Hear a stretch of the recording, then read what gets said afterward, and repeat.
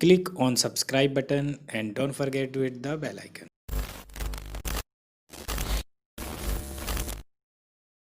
Hello everyone, मेरा नाम राहुल शिवरे और आज हम लोग पढ़ने जा रहे हैं atomic structure and chemical bonding का सेकंड पार्ट, जिसमें सबसे पहले हम लोग बात करेंगे बोहर मॉडल की।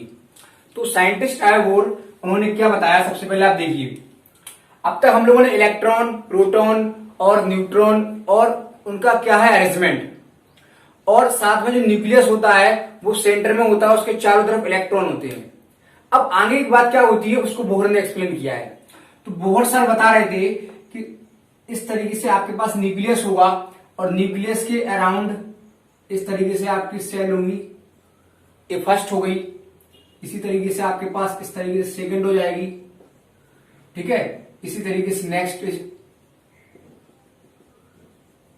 थर्ड और उसके बाद फोर्थ। इस तरीके से न्यूक्लियस के चारों तरफ कुछ ऑर्बिट्स होती हैं और इन ऑर्बिट्स में इलेक्ट्रॉन राउंड कर रहे होते हैं। ये जो ऑर्बिट्स हैं इन इलेक्ट्रॉन्स में 1 2 3 4 इस चारों के चारों जो आपकी ऑर्बिट, इन चारों के चारों ऑर्बिट्स में इलेक्ट्रॉन राउंड कर रहे हैं, ठीक है। सबसे पहले इसको हम लोग मानेंगे 1, क्या मानेंगे 1 1, this is 2, this is 3, this is 4।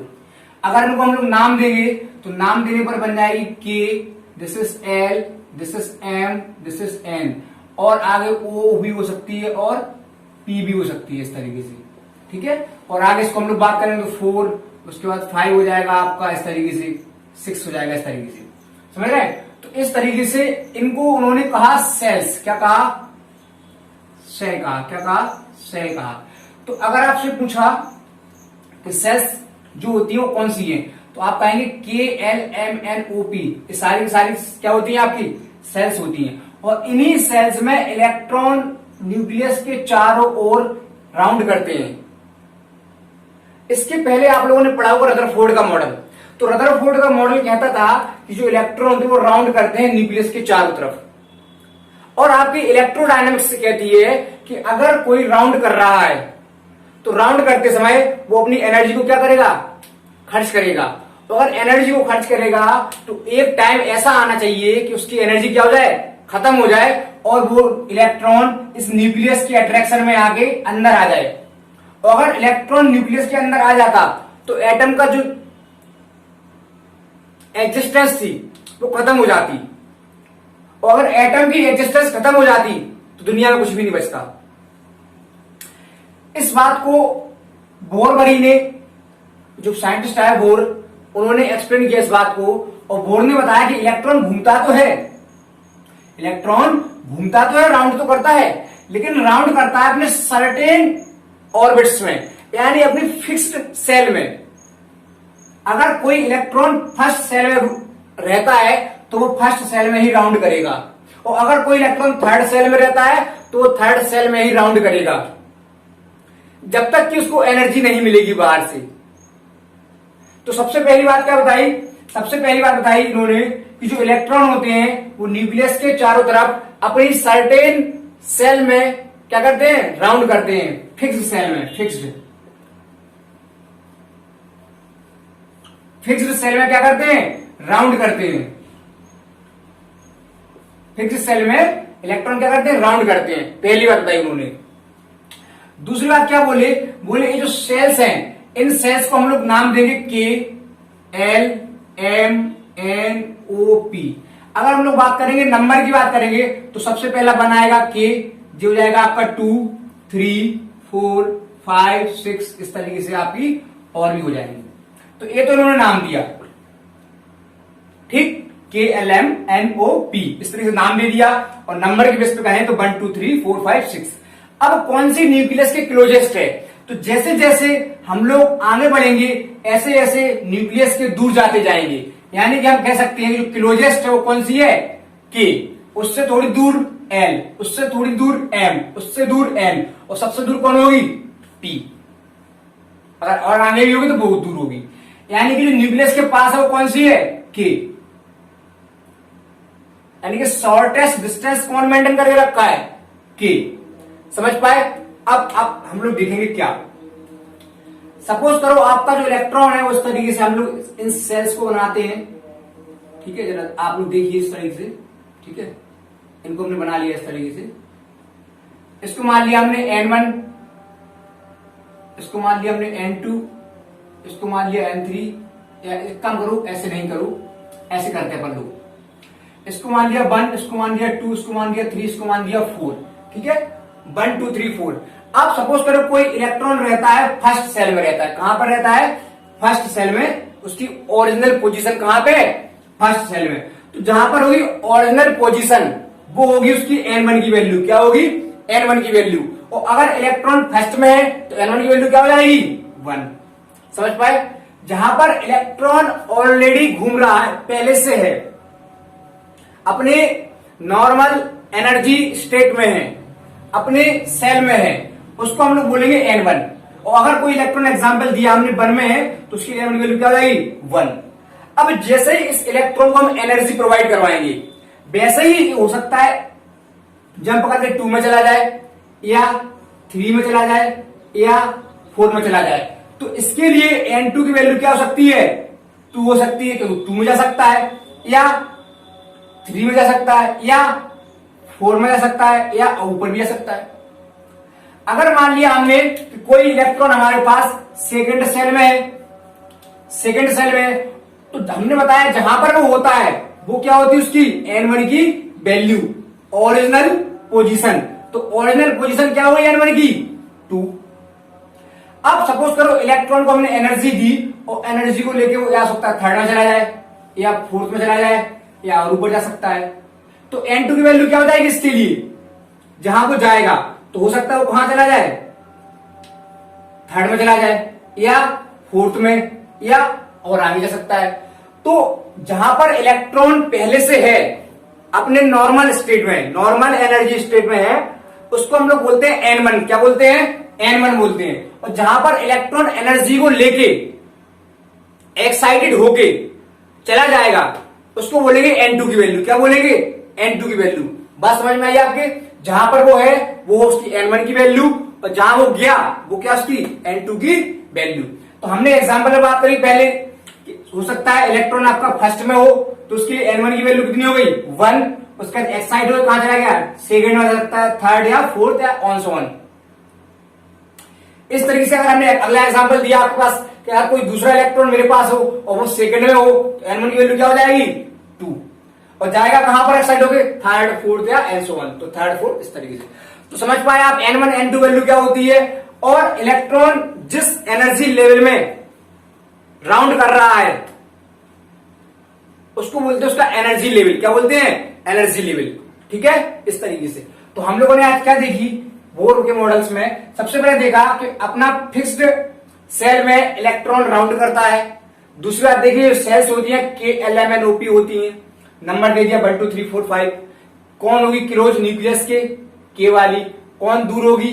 चलते चलो आप समझ पा रहे हैं। इलेक्ट्रॉन जहां पर एग्जिस्ट कर रहा है अपने नॉर्मल एनर्जी स्टेट में, वो उसका क्या है? N1 की वैल्यू है। और जहां पर एक्साइट हो गया क्या, वो क्या उसकी N2 की वैल्यू है। तो ये सारी की सारी बातें इलेक्ट्रॉन के बारे में, इस मॉडल के बारे में किसने बताई? बोर ने बताई। अब आगे क्या बताई अगली बात? अब जो इलेक्ट्रॉन हो सकता है सेकंड या थर्ड या फोर्थ में गया, वो जाएगा वहां पर और आफ्टर सम टाइम वापस आएगा। आफ्टर सम टाइम वापस आएगा और जिस एनर्जी को लेके गया था उसी एनर्जी को रिलीज करता हुआ आएगा। अगर कोई इलेक्ट्रॉन फर्स्ट से सेकंड या थर्ड या फोर्थ में गया था तो आफ्टर सम टाइम, और कितना टाइम? 10⁻⁸ सेकंड रुकेगा और इतने टाइम बाद क्या होगा? इलेक्ट्रॉन बैक होगा। क्या होगा? इलेक्ट्रॉन बैक होगा और अपने नॉर्मल एनर्जी स्टेट में आएगा। बात समझ पाए आप? ठीक है। अब नंबर ऑफ स्पेक्ट्रल लाइन क्या चीज होती है वो हम सब आपके लेवल का नहीं है, अभी 11th 12th की बात करेंगे हम लोग, उसमें वो भी नहीं है आपके मतलब का। आप सब इतना जानिए कि जो इलेक्ट्रॉन गया है वो 10⁻⁸ सेकंड रुकेगा और फिर वापस आएगा और जिस एनर्जी को लेके गया था उसी एनर्जी को वापस निकालेगा और उस एनर्जी को हम लोग देखेंगे स्पेक्ट्रम के फॉर्म में। और इसी को बोलेंगे इमिशन स्पेक्ट्रम। क्या बोलेंगे? Emission spectrum. ये भी आपका हायर लेवल पे है, अभी जरूरत नहीं पड़ेगी आपको। तो सिर्फ बोर मॉडल में आपने 4 बातें जानी। पहला, फिक्स सेल में राउंड करता है। दूसरा, सेल को बोला KLMNOP, नंबर दे दिया। तीसरा, इलेक्ट्रॉन जहां पर है पहले से वो उसकी N1 की वैल्यू, जहां वो गया एनर्जी को लेके वो उसकी N2 की वैल्यू हो जाएगी। फिर आफ्टर सम टाइम, यानी इतने टाइम बाद लौट के वापस आएगा अपने नॉर्मल स्टेट में। इस तरीके से बोहर ने चारों बातें आपको बताई। ठीक है, तो ये हुआ आपका बोहर का मॉडल। अब अगला हम लोग बात करने जा रहे हैं आपके पास बोहर-बरी मॉडल। कौन सा मॉडल? बोहर-बरी मॉडल। अब हमारा दूसरा मॉडल आ रहा है बोहर-बरी मॉडल। और बोहर-बरी मॉडल हमको क्या बताता है कि किसी सेल में कितने मैक्सिमम नंबर ऑफ इलेक्ट्रॉन हो सकते हैं। तो आइए अब देख सकते हैं। सबसे पहले हम लोगों ने ले ली सेल, तो KLMN इस तरीके से हो सकती है आपके पास। ठीक है, एंड सो ऑन। तो हम लोग 4 में एग्जांपल देखेंगे KLMN। अब सेल्स के बाद हम लोग लेंगे क्वांटम, यानी N मतलब क्या? 1। आपको मालूम था K इक्वल टू 1 था, L के लिए 2 था, M के लिए 3 था और N के लिए 4 था। तो सबसे पहले लिया हमने सेल, दूसरा लिया हमने क्वांटम और तीसरा लेंगे मैक्सिमम इलेक्ट्रॉन। कितने होंगे? Maximum electron. तो मैक्सिमम इलेक्ट्रॉन को फाइंड करने का जो फॉर्मूला होता है आपके पास, उस फॉर्मूले को आप याद करेंगे। मैक्सिमम इलेक्ट्रॉन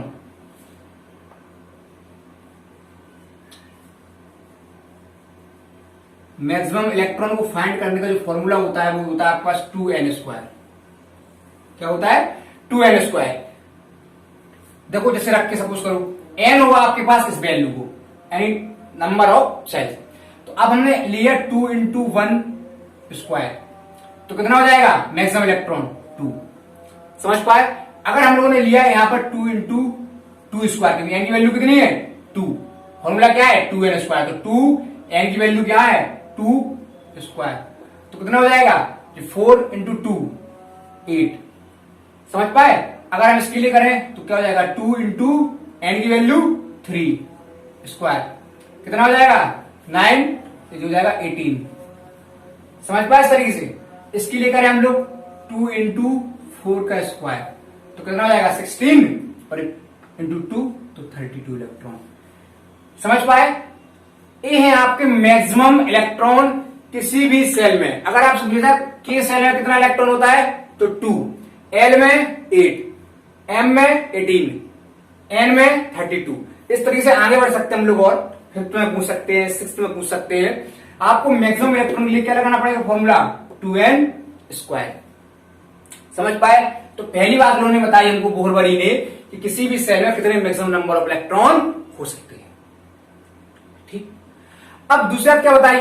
दूसरा उन्होंने हमको बताई कि जब हम लोग लिखेंगे इलेक्ट्रॉनिक कॉन्फ़िगरेशन, तो हो सकता है कि अंदर वाली सेल में, सपोज करो हम लोग ले लें इस तरीके से,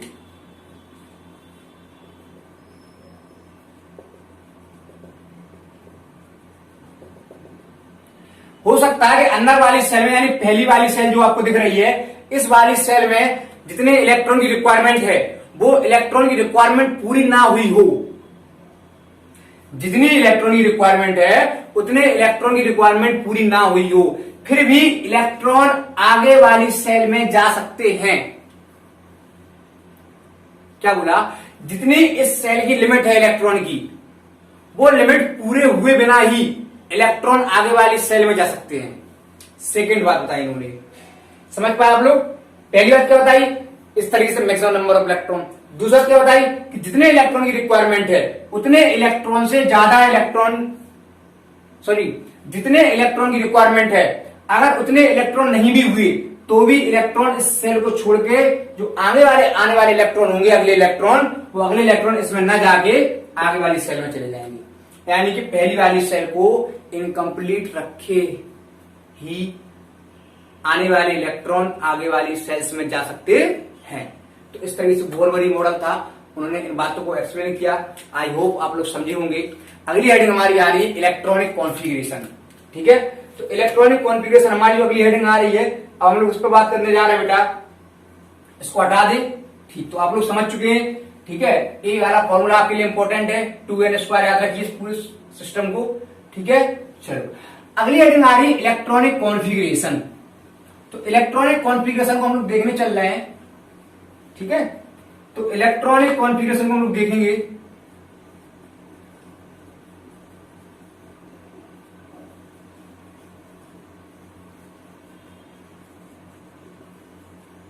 इलेक्ट्रॉनिक कॉन्फ़िगरेशन, तो सबसे पहले हम लोग इलेक्ट्रॉनिक कॉन्फ़िगरेशन के लिए हम लोग लेंगे, सपोज करो आपने ले लिया के एल एम एन, ठीक है, इस तरीके से। यहां पर हम लोग ले रहे हैं एटॉमिक नंबर,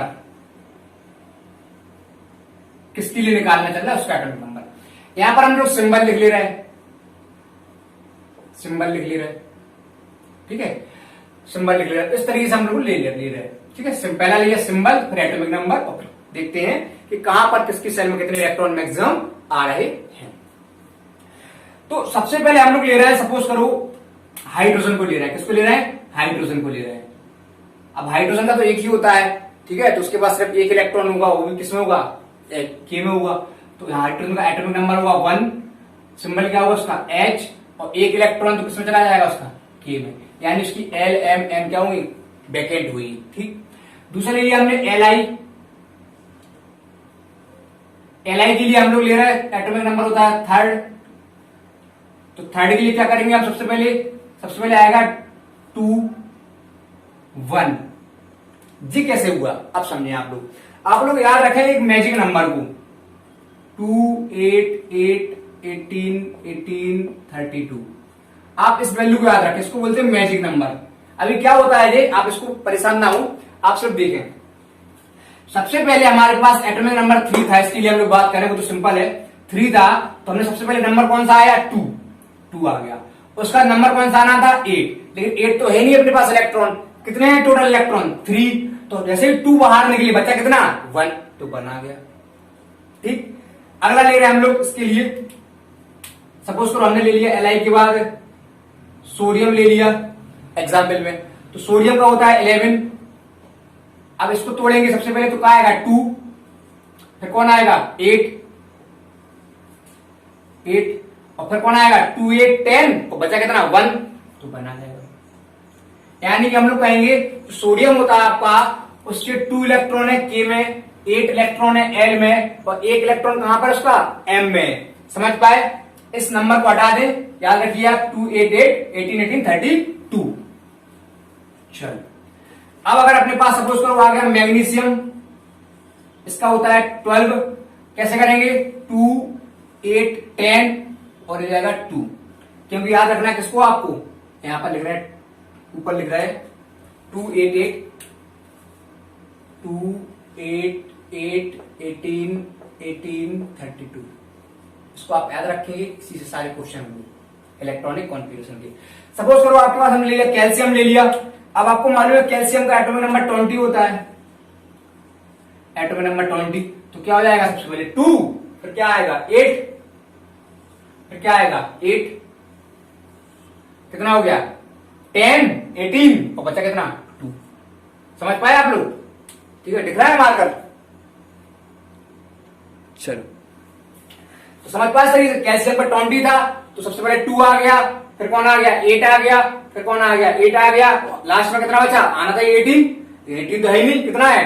कुल 2 बचा, तो 2 आ गया। समझ पा रहे? अगर सपोज करो और एग्जांपल ले ले हम, और एग्जांपल अगर हम लोग ले इसके साथ में, अगर हम लोग लेके चलते हैं, आप लोग पोटेशियम के को लेते हैं, तो पोटेशियम का होता है 19। आप सीरियल से टेंशन नहीं लो, सिर्फ समझो। पोटेशियम का होता है 19, तो कैसे निकालेंगे आप? सबसे पहले 2, फिर देन 8, उसके बाद अगला 8, कितना बचा? 2 8 10 18 और एक 19। तो यानी कि अगर आपसे पूछा जाए कि पोटेशियम के में कितने इलेक्ट्रॉन है? के सेल में 2, एल में 8, एम में 8, एन में 1। तो इस तरीके से आई होप आप लोग समझ पाए होंगे इलेक्ट्रॉनिक कॉन्फ़िगरेशन को, कि किस तरीके से आप इलेक्ट्रॉनिक कॉन्फ़िगरेशन को करते हैं। तो इस तरीके से आप सारे के सारे क्वेश्चन को कर सकते हैं, ठीक है। समझ पाए आप लोग? तो इस तरीके से सारे के सारे क्वेश्चन को आप लोग कर सकते हैं, ठीक। और एग्जाम्पल देख रहे हैं, इनको हटा के, चलो हटा दें, ओके।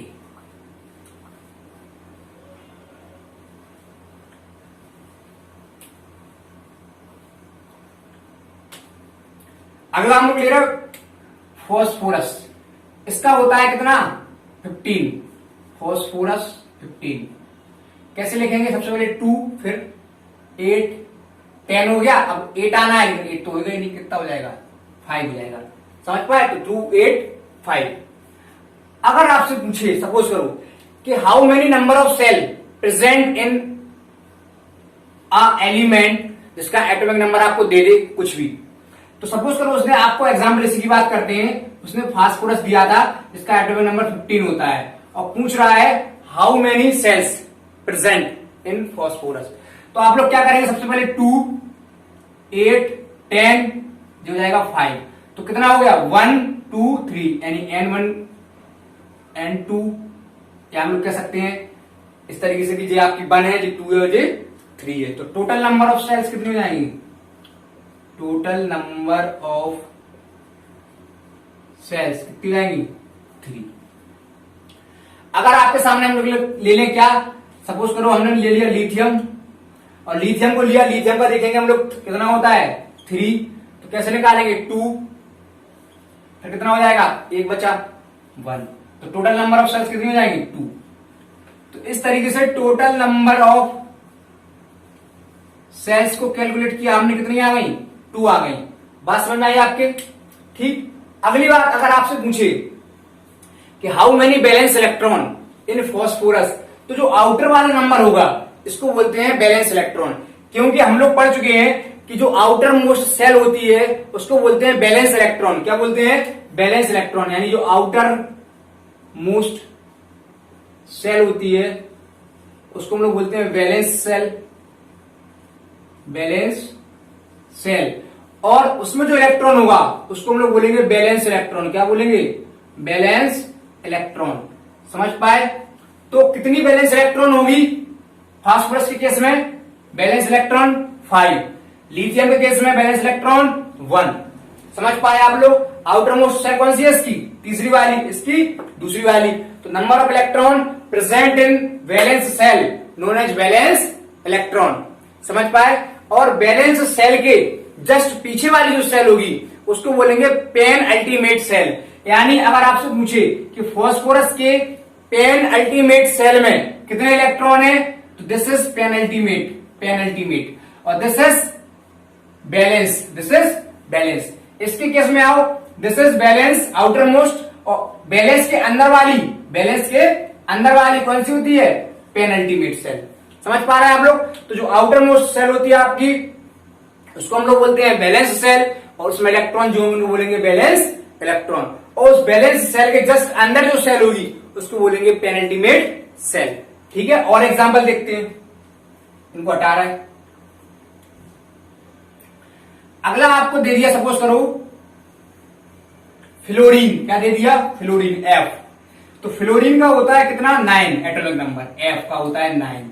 इसमें निकालेंगे तो 2, उसके बाद 8, कितना हो गया 10, लेकिन अपने पास कितना है 9 है तो हो नहीं सकता है, तो क्या हो जाएगा 7 हो जाएगा। अगर मुझे टोटल नंबर ऑफ सेल्स कितनी होगी, तो देखो 1 और 2, तो total number of shells, total number of shells कितनी हो जाएगी 2। ठीक है, कितनी हो जाएगी 2। अगर आपसे पूछे how many balance electron, this is balance electron, यानी बैलेंस इलेक्ट्रॉन कितने हो जाएंगे 7। बैलेंस इलेक्ट्रॉन कितना हो जाएगा 7 हो जाएगा। अगर आपसे पूछे पेनल्टीमेट सेल में कितने इलेक्ट्रॉन है, तो पेनल्टीमेट में कितने इलेक्ट्रॉन दिख रहा है आपको, कितने दिख रहा है, very good 2 electron. This is penultimate shell के electron, this is balance electron. तो आउटर मोस्ट सेल बैलेंस, उसके अंदर वाली पेनल्टीमेट सेल। एक एग्जांपल और ले रहा है आपके सामने, नियोन, कौन सा ले रहा है, नियोन Ne, जिसका होता है एटॉमिक नंबर कितना 10।